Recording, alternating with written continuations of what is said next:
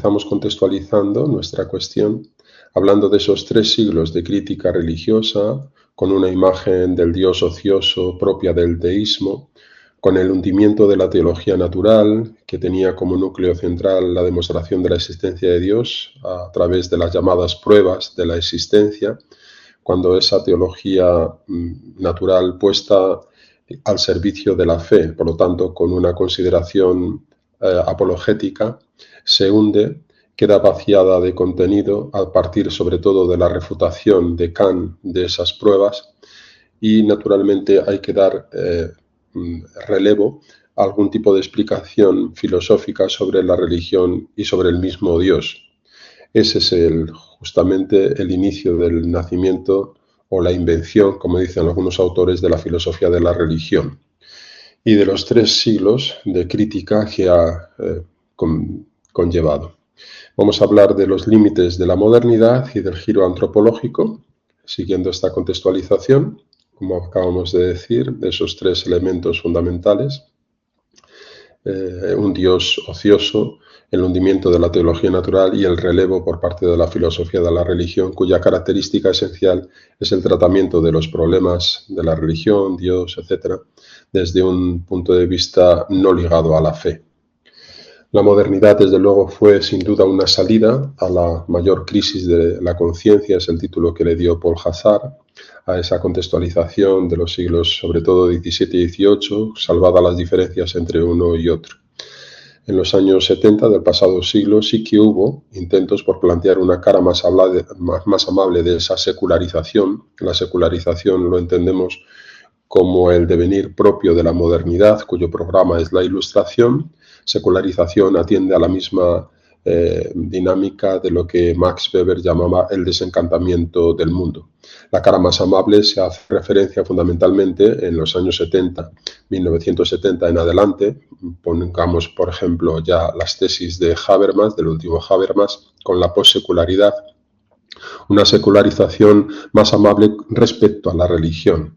Es decir, no es una crítica denostada a la religión, donde ella está impelida a desaparecer de la esfera pública, del espacio político, social y cultural de nuestros estados modernos, sino que presenta, digamos, la posibilidad de que la religión pueda convivir pacíficamente, con tal de que exprese sus argumentos de una forma racional, plausible, con otros modos de razón.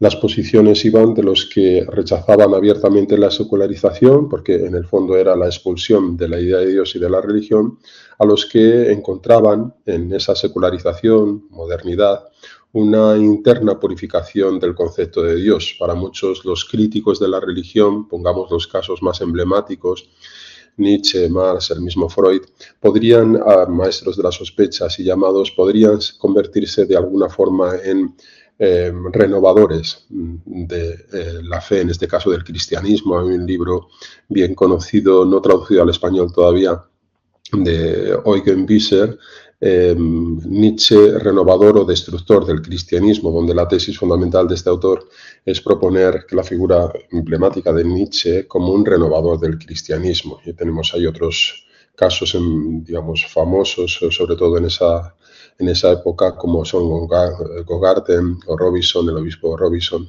con esa expresión honesto con Dios, o Cox con la ciudad secular. Cuando hablamos del giro antropológico, nos ponemos en la situación del paso del cosmocentrismo al antropomorfismo, es decir, la modernidad lo que ha erigido es en la tesis ya de Protágoras, al hombre como medida de todas las cosas. Es conocida la comprensión de la Ilustración por parte de Kant en esa pregunta que él hace, ¿qué es la Ilustración?, donde fundamentalmente lo que dice el texto es que es la salida de la minoría de edad, de la humanidad, sometida, digamos, al vaivén de las distintas tradiciones fundamentalmente religiosas, y el sometimiento, digamos, a esa autoridad queda ahora liberada, y es la humanidad la que por fin se atreve a saber, sapere aude. Así termina ese texto, en el que fundamentalmente propone una visión optimista de la Ilustración, como no podía ser menos. Sin embargo, sabemos, y ahora lo vamos a ver en las siguientes diapositivas, que esa Ilustración de alguna forma quebró la idea de progreso que estaba en el fondo, pivotando como dirección, como vector direccional, la ilustración quedó mancillada pues, con toda la barbarie ontológica que supuso la victoria del mal en las guerras del pasado siglo y en otras circunstancias. Tenemos esa frase de Balthasar, Urs von Balthasar es un teólogo, donde se indicaba como un retrato de ese momento: la filosofía se ha vuelto así antropología, es decir, es el hombre el que razona, Descartes es el prototipo, ya Dios es el Dios que yo pienso, ego cogito deo, soy yo el que piensa a Dios. No es decir que la realidad no exista fuera del hombre, sino en el sentido de que toda la realidad del mundo está referida al hombre. Y el hombre ya no se puede explicar a sí mismo remitiéndose a ningún ente del mundo que lo abarque todo. Él es lo absoluto del mundo. Esa es la concepción de la eterna soberbia del ser humano, de la ibris, que Balthasar pone sobre el escenario. Diderot, en la enciclopedia, dirá claramente que el hombre es el único término del que es preciso partir y sobre el que es preciso girar todo. Bien, la división que en la modernidad origina el problema de Dios va a dar como consecuencia dos alternativas. La alternativa de antropologizar o teologizar de una forma fideísta el problema de Dios y por lo tanto el núcleo de la religión. Ese resultado directo del giro antropológico, que es el que ha abarcado toda la modernidad, pues se reduce el problema de Dios al ámbito de la sola ratio. Surge así el Dios del racionalismo, Christian Wolff, heredero de las tesis de Leibniz en algún sentido, el Dios restringido a la esfera de la moral, que es Kant. Dios aparece como un postulado de la razón práctica, dado que Dios y los objetos suprasensibles, el alma, etc., no son objeto de conocimiento en la crítica a la razón pura, sí del conocimiento práctico, porque para Kant lo práctico, lo moral, es un factum, y por lo tanto Dios puede ser postulado, y él propone, a pesar de haber refutado las pruebas de la existencia de Dios, una nueva prueba que él llama la prueba moral de la existencia de Dios, donde debe postular es un ejercicio de la razón práctica, es decir, debe dar por evidente la existencia de Dios. Justamente el centro de esa prueba consiste en que yo cuando hago el bien, es decir, cuando cumplo lo que debo ser, me tienen que garantizar de alguna forma que voy a tener alguna recompensa, cosa que en la vida biológica en la Tierra no me está de alguna forma garantizada. Pues bien, Dios en Kant aparece como el garante de la moralidad. Por lo tanto, no es la religión la que conduce a la moralidad, lo dirá claramente en la religión dentro de los límites de la mera moral, sino que es la moral la que conduce a Dios. Y Dios aparece como ese postulado que garantiza, que vincula, que une, que asocia la idea de deber, de virtud y de felicidad. Cuando yo cumplo el deber, sigo la virtud, entonces podré adquirir la felicidad post-mortem, en definitiva, porque él postula, a la vez que la existencia de Dios, la inmortalidad del alma. El Dios reducido, por lo tanto, al ámbito exclusivo de la razón, ahí lo tenemos el deísmo inglés, muy fundamentalmente John Locke con la racionalidad o el cristianismo razonable, o el mismo Hume en los diálogos de la religión natural, el Dios fundamento moral del mundo, según Fichte, hasta llegar el mismo Husserl, que nos hablará también de un Dios teleológico, un Dios que garantice esa teleología evidente que vemos en el mundo, el Dios elevado al concepto por parte de Hegel, Dios como espíritu absoluto, el Dios extrarracional, que ya es, digamos, derivado hacia el sentimiento. En la religión de Schleiermacher, el sentimiento de absoluta dependencia sería el centro sobre el que se construye el fenómeno de la religión, o el Dios al que se hace detrás la suspensión de la ética en Kierkegaard, ver, por ejemplo, la obra de Temor y Temblor, ¿no?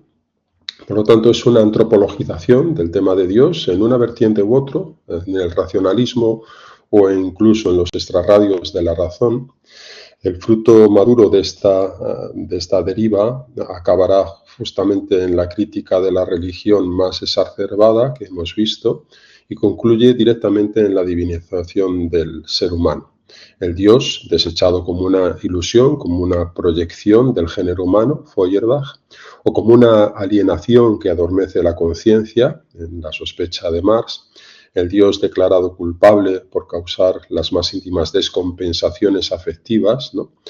Según Freud, en los subconscientes, en inconsciente, como tabú, el Dios, en definitiva, condenado a muerte por Nietzsche, en el anuncio de la muerte de Dios y el final de la metafísica. Ese Dios tapa agujeros aparece como un vampiro fundamentalmente y que de alguna forma absorbe los ideales vitales del ser humano. El final de 3 siglos de crítica religiosa no quedaba más que sentenciar hacia el ateísmo como humanismo radical, y así lo declaró Sartre. De nada me importa que exista Dios, lo que importa es la existencia del ser humano. Por otro lado, la reacción fideísta, contraria a esta deriva que hemos visto de crítica religiosa, trata de corregir esos desmanes de la razón, ¿no? Y pregunta sobre Dios desde el interior del misterio. Pascal es la figura emblemática, opuesta al temperamento de Descartes, o Kierkegaard son los exponentes clásicos de esta forma de entender esa marcha intelectiva hacia Dios. Pascal y Kierkegaard no pueden ser entendidos a su vez sin esos correspondientes opositores que acabo de citar, Descartes en el caso de Pascal o Hegel en el caso de Kierkegaard. Este había sido también, de alguna forma, en otra perspectiva, el camino emprendido por la Reforma protestante, así llamada en el siglo XVI, desde el principio de la sola fide. En el extremo más radical de este recorrido hay que situar igualmente las afirmaciones de un dogmatismo irracional, ¿no? El protestantismo, digamos, fundamentalmente la consideración luterana de la razón como ofuscada, ¿no?, por el pecado, leyendo de alguna forma o haciendo una exégesis particular de la carta a los romanos, ese, digamos, pesimismo antropológico deriva fundamentalmente en la negación, incluso la refutación de la razón como principio de conocimiento, y el único camino es la fe como camino vertical de la revelación de Dios. Hay, sin embargo, otras vías intermedias, ¿no?, que tratan de poner un puente entre ese naturalismo antropológico que hemos visto en el racionalismo o el supernaturalismo mítico, por así llamarlo, de carácter fideísta. Durante el siglo pasado se abrió esas vías intermedias en las que filósofos y teólogos a la mano intentaron superar ese conflicto entre razón y fe, asumiendo la primera el legado purificador de la Ilustración, la filosofía, la Ilustración como renovación, y rebasando críticamente un sentido demasiado limitado de la fe por parte de los teólogos. Figuras como Bullmann, Paul Tillich, Bonhoeffer, Moltmann, Pannenberg, el mismo Rahner, Poiker, del lado de teología, y Bloch, Ernest Bloch, Horkheimer, Blondel, Gadamer, Ricoeur, Zubiri, Levinas, Habermas, etc., han hecho posible pensar la religión y pensar a Dios sin tener que renunciar al uso legítimo y necesario de la razón, y a su vez sin tener que prescindir de los contenidos de la fe. Y por lo tanto es un intento en todos ellos de mediar entre ese racionalismo como extremo del uso de la razón y ese fideísmo como extremo de la experiencia creyente. Llegamos así a la tesis. Es en el fondo, trasfondo inmanentista. Levinas dirá que toda la historia de la filosofía en realidad se puede comprender como una lucha contra la idea de la trascendencia. Pues bien, ese trasfondo inmanentista, basado en el centramiento en los hechos verificables, en el que el pensamiento se presenta sobre todo como un pensamiento cientista o cientificista, dependiendo de la expresión que queremos utilizar, alrededor del cual se examina y se valoran todas las demás pretensiones del saber, incluida la religiosa. El paradigma, fundamentalmente, de ese trasfondo inmanentista de tipo cientificista es la ciencia. Los hombres viven hoy de su fe en la ciencia, decía Ortega y Gasset. La concepción científica del mundo, una cosmovisión científica, se funda a su vez en una cosmovisión ontológico-materialista, en el sentido de que la realidad única es la materia, los hechos ligados a, siguiendo la deriva que introdujo Descartes en ese corte radical entre la res extensa, pensamiento, y la res, perdón, la res cogitans, pensamiento, y la res extensa ligada al movimiento. Movimiento que es el núcleo fundamental del dinamismo de la materia. Pues bien, esa cosmovisión ontológica de corte inmanentista que es incompatible en el fondo de la religión, porque si la religión a algo aspira es a la idea de la trascendencia que supera la inmanencia y lo espiritual. Y lo espiritual, de alguna forma, quedaría reducido, según esta cosmovisión inmanentista, solamente a la materia. No habría algo así como lo espiritual. Un autor de nuestro ámbito, Gustavo Bueno, introduce a este respecto ese concepto de cierre categorial. Es decir, se trata de una visión cientificista impuesta como algo históricamente dado, como un modelo desde el que se delimita y se examina el conjunto de todas las creaciones culturales. Y lo que no encaje con esa perspectiva operativa se desecha sin más contemplaciones, ¿no? Ese sería el cierre categorial de esta visión cientificista, inmanentista de la ciencia. Nos hacemos esa pregunta: ¿cómo hemos llegado al extremo? La cuestión está en qué condiciones tenemos para poder superar ese drama, como lo llamó esa encíclica Fides et Ratio, entre la separación entre la fe y la razón. Un drama que se ha desarrollado en varias escenas, las diversas formas de humanismo ateo que surgen tras la crítica filosófica de la religión, la mentalidad positivista que acabamos de ver, que ejerce su dominio en el ámbito de la investigación científico-técnica, y el nihilismo como resultante inmediato de la crisis del racionalismo. Por lo tanto, son justamente esos tres direcciones que coinciden, que son paralelas en el tiempo, que es justamente el humanismo ateo, crítica filosófica a la religión, esa mentalidad positivista, que es el cientificismo, el positivo no en el sentido de valoración, sino de la posición del hecho, del que arranca toda la comprensión de la realidad, que es, digamos, el vector fundamental de la investigación científico-técnica, y el nihilismo como expresión o como marcha de la idea fundamental sobre la cultura, con el caso, digamos, privilegiado de Nietzsche, que propone su sistema como un nihilismo consumado. Bien, la cultura cientista es el resultado en buena medida de ese conflicto, en el fondo, entre ciencia y creencia, entre razón y fe, y ese conflicto entre una visión mítico-bíblica del mundo y la concepción científico-naturalista del mismo. La primera, esa concepción, aparecerá siendo negada ante la realidad de un mundo desencantado, siguiendo la expresión de Weber. Comienza entonces el triunfo de una visión copernicana del universo, que elimina, digamos, esa idea del Dios bíblico por encima de la realidad y que daña, ¿no?, la imagen como Señor del universo, porque el universo, y eso es una tesis no de la ciencia, sino fundamentalmente incluso del ámbito de la teología cristiana, siempre se ha, desde la primera página de la Biblia y también desde la tradición eclesial, en los documentos, propuesto en el último, el Concilio Vaticano II, el mundo en su autonomía. Por lo tanto, es un principio propio incluso de la religión cristiana. Pero, digamos, esa revolución más de la ciencia, pues abandona más la relación de Dios con el mundo. Este primer revés no supuso obstáculo alguno, sin embargo, para que, como dijimos, la diferenciación entre el siglo XVII y XVIII, científicos de la talla de Newton o Galileo siguieron profesando personalmente su fe. Por lo tanto, no había ningún conflicto ni personal ni, digamos, filosófico de pensamiento entre ciencia y razón en ese momento. Será, digamos, la introducción de ese materialismo más craxo de las ciencias físicas, con autores como Lametrie o el barón d'Holbach, el que acaba juzgando a Dios como uno de los obstáculos primeros o principales para el progreso de la ciencia y de la humanidad en general.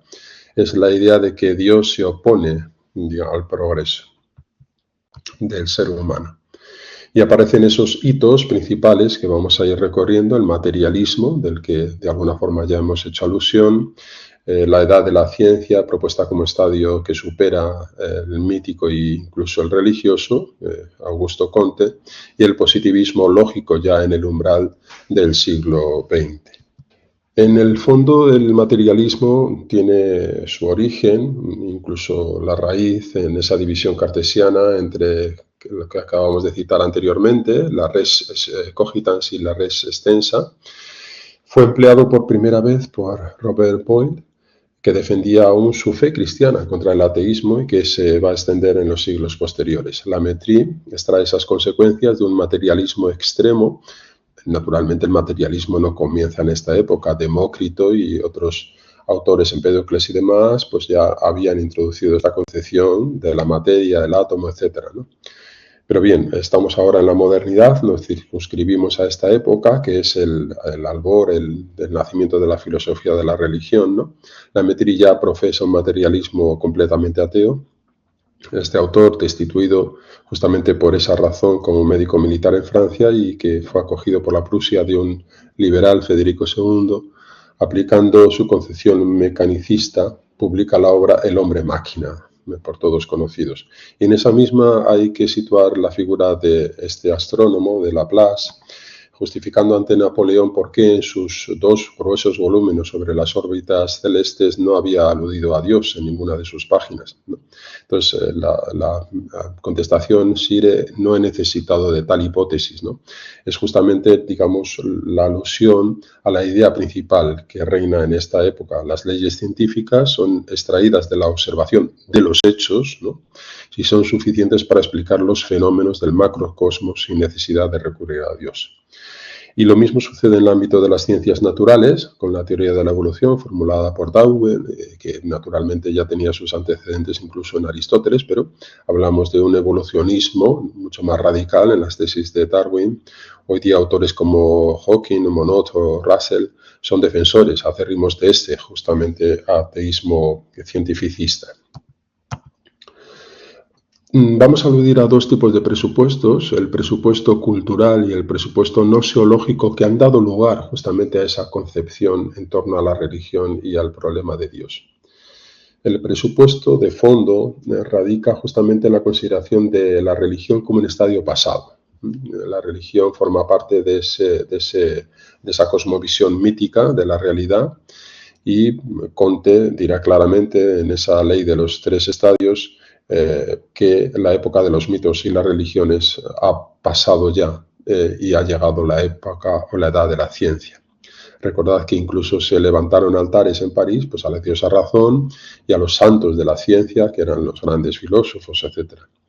Lo cual no deja de estar en desacuerdo histórico con el desarrollo científico de los pioneros del siglo XVII al que antes he aludido, y que elaboraron la ciencia y el nacimiento de esta dentro de una matriz de un suelo cristiano. Más aún, es que es la misma doctrina cristiana. Es una tesis que quiero aclarar con suficiente, digamos, explicación. La creencia cristiana establece la independencia de esos tres principios rectores de la realidad. Un Dios, que es verdad, creador del mundo, pero que deja al mundo en su sano desarrollo de forma autónoma, y un hombre libre. Esos tres elementos son el fundamento teórico de una actitud científica, y para muchos entonces es justamente el cristianismo, y proponen a Santo Tomás de Aquino como el inicio de ese conocimiento natural, ¿no?, llamado a responder a todas las preguntas sobre las causas de las cosas o la verdad de las cosas, la veritas rerum, ¿no?, principio de la ciencia. El mundo tiene que ser racional porque ha salido de Dios, y el hombre que ha sido hecho a su imagen es el que puede conocerlo. Esas son las tesis fundamentales de la ciencia, pero que, repito, derivan del núcleo de las afirmaciones del cristianismo. El tren de la ciencia, dirá Mariano Artigas, no echó a andar en un suelo ateo, sino que fue en la Europa occidental medieval y moderna, debido principalmente al influjo del cristianismo. Y sin embargo, a pesar de esta situación, de esta conexión entre religión y ciencia, Dios va a ser caracterizado como objeto de un pensamiento o directamente no reflexivo. y a todo lo más que se le concede es la categoría de pensamiento simbólico. Pero esto es un proceso de reducción, de cierre categorial, según decía Gustavo Bueno, que no solo alcanza la ladera de la fe, pues la misma razón queda reducida a la mera propuesta cientificista, hasta el punto de proponer la filosofía como mera filosofía de la ciencia, como algún autor ha indicado. Ese es el presupuesto cultural, ¿no? Epocal, digamos, pero también un presupuesto nosiológico, epistemológico. La ciencia se apoya en efecto en una concepción nominalista del conocimiento de la realidad. No existen las ideas, existen los hechos. Esta concepción solo existe en las realidades individuales, materiales, perceptibles. Los universales no existen, solo los nombres, nómina. De ahí el nominalismo. La única existencia que conocemos, por tanto, es la individual y contingente, no la esencia, sino la existencia. El nominalismo se opone a la concepción griega que mantuvo siempre que el ser es manifestación de una esencia. Pues bien, la esencia posee un grado de evidencia para estos autores clásicos de luminosidad mayor incluso y previo a lo individual. Sin esencia no hay existencia. La existencia posee, la existencia concreta, individual, un segundo grado y es posterior, derivado de esa esencia universal. Guillermo de Ockham, con una motivación, todo hay que decirlo, teológica, se trataba de no limitar la omnipotencia divina, permitiendo la existencia de un orden fijo y eterno de esencias, utilizó esa proverbial navaja de Ockham, que llamamos, para cercenarlas de un tajo. Y esta es la concepción que ha triunfado en nuestra época moderna, junto con la atención que la ciencia presta a lo inmediato, a lo comprobable. Es la positividad individual del dato, del hecho. Por lo tanto, el nominalismo. Tenemos ya el siguiente hito, Augusto Comte, el positivismo, digamos, en sentido clásico, distinguimos, y el positivismo moderno, lógico. En sentido clásico, Comte establece ese tipo de conocimiento que toma de la experiencia, de la empiría, más exactamente de la percepción de los sentidos, sensorial, el dato último sobre el que se construye todo el saber. Sin embargo, en el siglo XX, o los albores del siglo XX, los comienzos, el positivismo lógico, muy claramente en el Círculo de Viena, con Maurice Schling y otros autores, derivan, digamos, esa concepción cientificista de tipo positivista a los enunciados, es decir, a las proposiciones que la teología y la filosofía o cualquier otro saber hacen, y por lo tanto se centra en la validez, no tanto en la verificación de los hechos, sino en la validez de los enunciados, y la validez de los enunciados desde el mismo principio de verificación. Un enunciado debe remitir a algo que pueda ser experienciable, si no carece de sentido. El enunciado es no válido. El positivismo lógico se separa así de la tradición empirista, iniciada, digamos, desde las posiciones de Locke hasta Hume, que pretendía ofrecer una teoría del origen del conocimiento a partir de esas impresiones sensibles. Tenemos estos autores emblemáticos de esta primera época, el primer Wittgenstein, que así llamamos, porque hay un segundo Wittgenstein más ligado a los juegos de lenguaje, etc., la posición de Carnap y de Anthony Flew. El primer Flew porque también hablaremos de un segundo Flew. Wittgenstein, en la aplicación de ese programa positivista del Círculo de Viena, donde siempre se le ha conectado, lleva a ese primer Wittgenstein a afirmar que los enunciados sobre Dios no se pueden decir con sentido. Estos son en el Tractatus Logico Philosophicus. Dios no se revela en el mundo y el sentido de este último queda fuera del mundo. Es lo que él llama lo místico. De lo que no se puede hablar es mejor que guardemos silencio. Rudolf Carnap, por su parte, sostiene la pérdida del sentido original para la palabra Dios. La metafísica, en realidad, con sus cualificaciones múltiples, ha vaciado de toda realidad, ¿no?, física, de contenido, de sentido, al término y a la realidad nuclear de la religión como es Dios. Y este es el proceso que trata de expresar la famosa parábola de Flew sobre los exploradores, el jardinero original, que había, digamos, sembrado, los exploradores caminan en la selva y ven un espacio cultivado, ajardinado. Ese jardín original el teísta propondrá a Dios como autor, el otro irá rebatiendo las explicaciones sucesivas que va dando el teísta para terminar en la conclusión de que en el fondo todos los reveses o los envites que la ciencia hace a la creencia, al teísmo, son de alguna forma superadas por estos últimos, los teístas, con la muerte de las 1000 cualificaciones. A base de ir cualificando, sobreponiendo cualificaciones a las ofensas que hace la ciencia a la creencia, acaba terminando por morir, por no aparecer ese origen, ese jardinero original que estaba en el inicio del debate o de la especulación. Sin embargo, ahí tenéis la obra de este autor, ya más en la longevidad. En los últimos momentos escribe ese Dios existe, donde fundamentalmente, sin dar el paso a la creencia, absolutamente abraza las tesis del teísmo y fundamentalmente siguiendo el argumento del diseño. El mundo reclama a un autor una inteligencia suprema porque por él mismo no puede haber sido generado. La tesis que una y otra vez repite el autor es que él debe ir y aceptar a donde le lleve o le conduzca la razón, y a donde la razón le va conduciendo a las tesis teístas, ¿no? Porque igual que de un bloque no sale una estatua, del mismo modo un mundo dejado al azar y al devenir no genera el orden que nosotros vemos en la realidad. Por lo tanto, entramos ya en ese conflicto, igual que habíamos visto el conflicto entre ciencia y fe, pues en el fondo es la versión que ahora ahí se introduce entre el positivismo o naturalismo o la metafísica. La crítica del positivismo a la teología y a todo hablar sobre Dios nos ponen ante dos vías de salida. O bien aceptamos que los enunciados sobre Dios no afirman nada, como se acaba de decir, ayer, en el fondo también las tesis protestantes, Barth y Tillich, o bien intentamos recurrir, es decir, enjuiciar ese principio de verificación. ¿Es plausible? Debemos aceptarlo. En esta segunda línea, en las que impugna el principio de verificación, no como tal principio, sino por no haber sido demostrado previamente, es decir, es lo que llamamos habitualmente como la falacia naturalista. Si tú empiezas indicando que solamente existen los hechos verificables, pero claro, ¿quién ha demostrado ese principio de que solo existen los hechos verificables?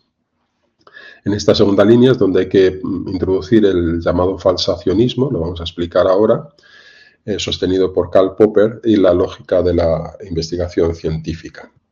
Hablamos de estos dos autores, de Karl Popper y Thomas Kuhn.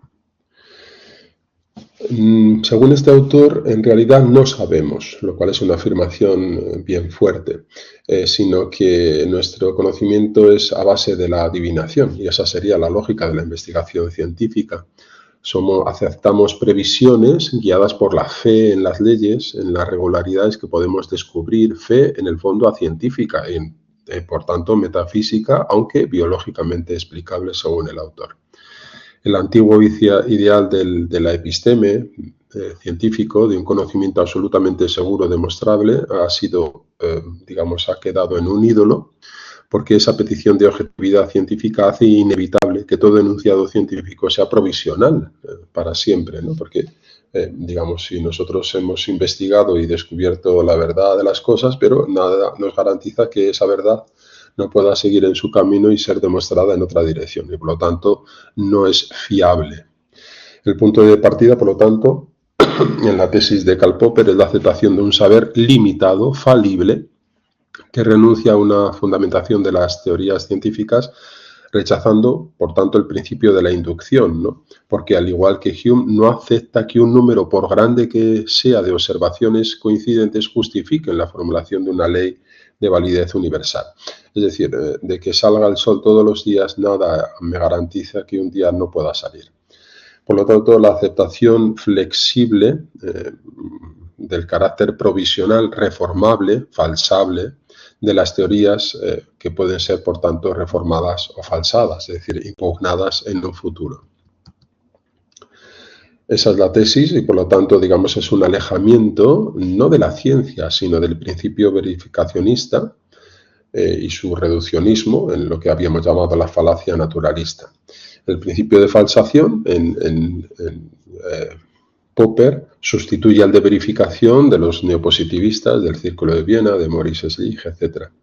Pero este principio de la falsación es criticado a su vez por tener una visión demasiado idealista, armónica, evolutiva del desarrollo de la ciencia, en el fondo por haber confundido la lógica de la evolución científica con la historia real de los progresos científicos, ¿no? Y tenemos ahí la obra de Thomas Kuhn, Las revoluciones científicas, con su propuesta de distintos paradigmas científicos. Thomas Kuhn, en esa obra, en ese concepto, o otros autores como Lakatos o Feyerabend. Lo que nos interesa a nosotros es la aplicación de esa perspectiva de la ciencia al problema de Dios. Y ahí tenemos autores como Hans Albert, que denuncia al teísmo filosófico, en realidad a cualquier afirmación metafísica en el fondo, porque no pueden ser falsadas y por ello mismo son injustificables. Tenemos su obra, el Tratado sobre la razón crítica. Nos coloca ante el círculo vicioso de la búsqueda indefinida de un fundamento último, quedando sometido en el fondo a un decisionismo dogmático que opta por la fe en Dios. Para Albert, la reflexión sobre Dios ha llevado a cabo una estrategia de inmunización muy parecida a la muerte de las 1000 cualificaciones que había introducido Anthony Flew, que en realidad heredaba la tesis de otro autor. En el fondo, esa estrategia de inmunización de Dios ante los reveses que le propone la ciencia, intentar modificar el concepto de Dios, ¿no? Porque la concepción moderna del mundo así lo exigiría. De facto, la idea de Dios queda limitada, ¿no? Restringida a esas funciones morales, retóricas, excluyendo la tesis fuerte de su intervención en el mundo y, por lo tanto, apoyando las tesis de su no objetivabilidad, el problema de su verdad o de la falsedad. Vamos a hacer una recapitulación siguiendo ya todos los ítems históricos, los hitos históricos que se han ido sucediendo. Empezamos por el desafío del Círculo de Viena, al que tenemos que situar el positivismo lógico de los años 30 a los 50. En lo que se refiere al hablar de Dios y de la religión, es mejor guardar silencio. Ese es el primer Wittgenstein.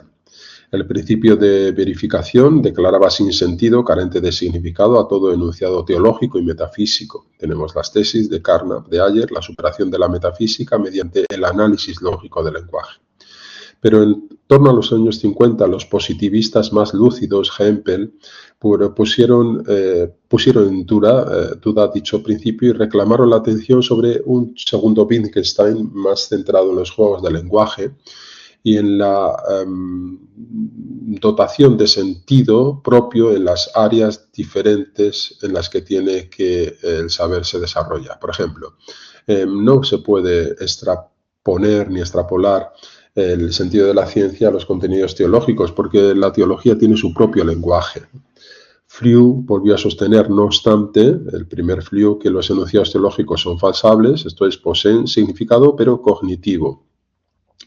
Lo que sucede es que cuando dichos enunciados son enfrentados a los hechos, asistimos, según él, al intento de las 1000 cualificaciones que se van sobreponiendo paulatinamente mediante hipótesis ad hoc, justificando, etcétera, etcétera, lo que la ciencia va proponiendo y termina haciéndolos no falsables y por ello carentes de significado fáctico o contenido empírico. Ahí tenéis la obra suya, Teología y falsación, de 1950. Y Nielsen irá en la misma dirección que este primer Flew. Algunos autores de la izquierda de Oxford, Macpherson, etc., admiten que la religión sea incontrastable, no pueda ser contrastada con los hechos, pero niegan también que los enunciados teológicos tengan valor de verdad y admiten que la religión tiene otra clase de significado, como el ser un sistema de preceptos morales.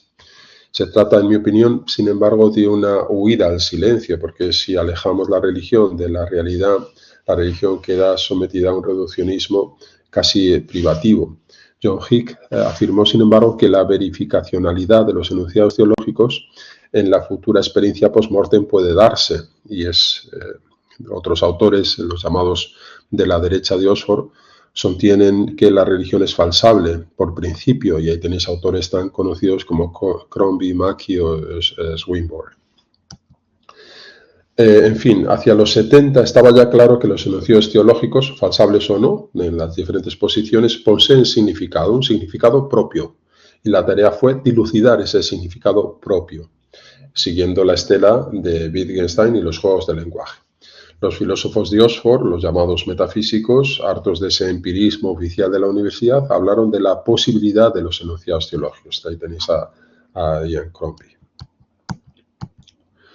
La tesis del segundo Wittgenstein, al que hemos aludido, junto con la de los filósofos del lenguaje ordinario, Austin y Scheer, hicieron posible volver a considerar la posibilidad de analizar los diversos usos del lenguaje religioso en sus contextos, juegos del lenguaje. Contextos veredictivos, compromisivos, comportativos, etc. Es verdad que el escrito único de Wittgenstein sobre la religión desautoriza de alguna forma todo uso de su teoría de los juegos del lenguaje para justificar cualquier religión positiva o particular. La tesis de Wittgenstein, digámoslo ya, es que el lenguaje religioso es otra cosa. No es un asunto de experiencia, esto es de verificación. Una creencia no es un estado mental temporal, se muestra en la vida. Es no racional y su único sentido es el no sentido. Dios no muestra en quien piensas, sino lo que piensas. Es una descripción de cosas y no una referencia que denote algo o alguien. Y esta falta de sentido para Wittgenstein es su sentido. Es verdad que hubo filósofos que, sin seguir estas huellas del segundo Wittgenstein y los enfoques de los filósofos del lenguaje ordinario antes citados, optaron por prestar una mayor atención a la lógica del lenguaje específicamente religioso. Es el caso de Swinburne y de Alvin Plantinga, al que me voy a referir ahora, que se afanan en mostrar la coherencia del teísmo.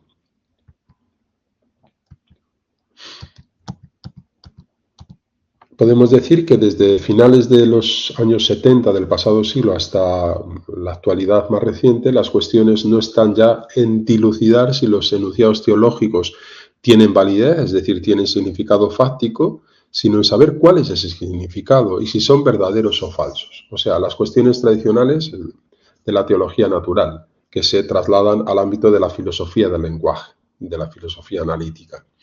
¿Cuál es la naturaleza de Dios y sus atributos? ¿Existe Dios? Esas tesis que conformaban lo que llamamos la teología natural clásica, pues vuelven a ser recibidos por la filosofía moderna del lenguaje, la filosofía analítica.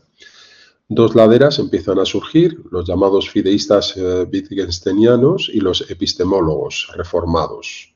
Nielsen fue quien bautizó así a los primeros como fideístas wittgensteinianos, ahí tenéis a Winch, Malcolm, Phillips, que insisten en que la religión solo se puede explicar en su interior, en sus propios términos. Lo cierto es que estos autores desligan la gramática religiosa de cualquier cosmovisión o teoría acerca del mundo, y eso tiene sus consecuencias. Las afirmaciones llegan al extremo de negar valor de verdad a todo lenguaje religioso. Las creencias son simplemente pinturas que guían nuestra conducta y dirigen nuestra vida. Parten de la premisa, en cierto modo, de Wittgenstein, de que la religión de hecho es así. Lo cierto es que esto no es así de hecho, y la mayoría de las personas religiosas no se identifican con esos asertos. Ninguno de nosotros, en puridad de pensamiento, podrá aceptar que su creencia no conlleva una cosmovisión, una visión del mundo y de la realidad, y que solamente se confina al ámbito privado de sentido. Se trata en el fondo de una privatización muy posmoderna de la religión, como estamos viendo. La versión más débil, sin embargo, la que sostiene que la religión es una actividad más que una doctrina, es menos racional de lo que suele pensarse, no contemplan los creyentes que buscan argumentos para su fe, teólogos, filósofos, simples creyentes dubitativos. La mayoría han abandonado ese tablón de salvavidas de la religión, que era el segundo Wittgenstein, para hacer teología filosófica en sentido teísta o ateísta, claro. Nos detenemos en este autor, Alvin Plantinga, dentro de los epistemólogos reformados, por tanto. La cuestión que se plantea es si la creencia en Dios, el teísmo, puede ser considerado o no como razonable. Se aceptan los criterios estándar de racionalidad, se pueden aplicar a los enunciados teológicos para ver si son o no probables, verosímiles, bien fundamentados. A favor de esas tesis, Swinburne, en contra Mackie, son los llamados evidencialistas. Pero se puede rechazar a su vez, porque esa es una posibilidad que se introducía, los criterios de racionalidad al uso sin restricciones. La religión, en el fondo, no es razonable con esos criterios, pero la cuestión es si esos criterios son válidos. De nuevo, otra vez, con la propuesta de una refutación del principio de verificación como petición de principio, no por el principio en sí, sino por exigirlo de manera rotunda, por reduccionismo, por lo tanto. Y a este segundo grupo pertenecen tanto los fideístas wittgensteinianos como los epistemólogos reformados, que ponen, digamos, en cuestión esos criterios de validez derivados del principio estricto de verificación. Tenéis a este autor, Alvin Plantinga, pertenece a la Iglesia calvinista o reformada, fue profesor de la Universidad de Notre Dame, en Indiana, hasta 2002 y se le considera prácticamente un filósofo cristiano. Piensa que su defensa del cristianismo se incluye en una línea más amplia de lo que la denominación epistemología reformada parece decir. Él prefiere emplear ese modelo Aquinas-Calvino para definir su proyecto. Y es que según él se puede compaginar perfectamente la epistemología calvinista o calviniana con la de Tomás de Aquino. Sostiene, por tanto, que es posible un conocimiento natural de Dios, lo cual ya es un principio a destacar. Su obra se inscribe dentro del campo de la apologética, de la defensa de fe, pero la producción de Plantinga es sobre todo metafísica, con valiosas aportaciones a la filosofía de la mente, a la epistemología. Bien, vamos a ir ya concluyendo nuestro tema, que ha sido de larga exposición.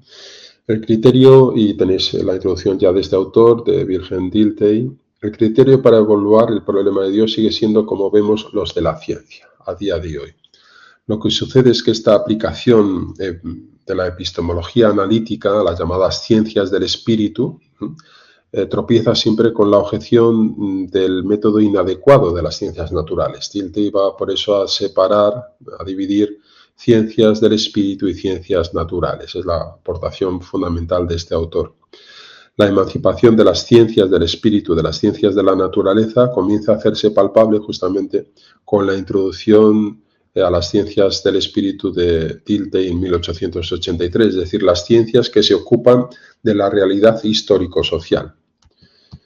Por lo tanto, es una reivindicación de los que en el fondo hemos llamado siempre las humanidades. Hay hechos, piensa Dilthey, que son dados primariamente a la experiencia interna, sin la colaboración de los sentidos, tal como propone siempre como reduccionismo las ciencias naturales.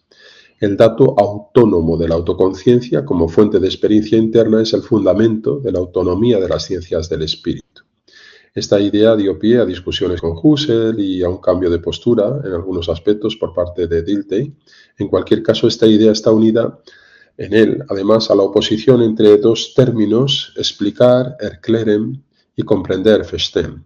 Las ciencias naturales explican, describen, aclaran, pero son las ciencias del espíritu las que tratan de comprender, verstehen.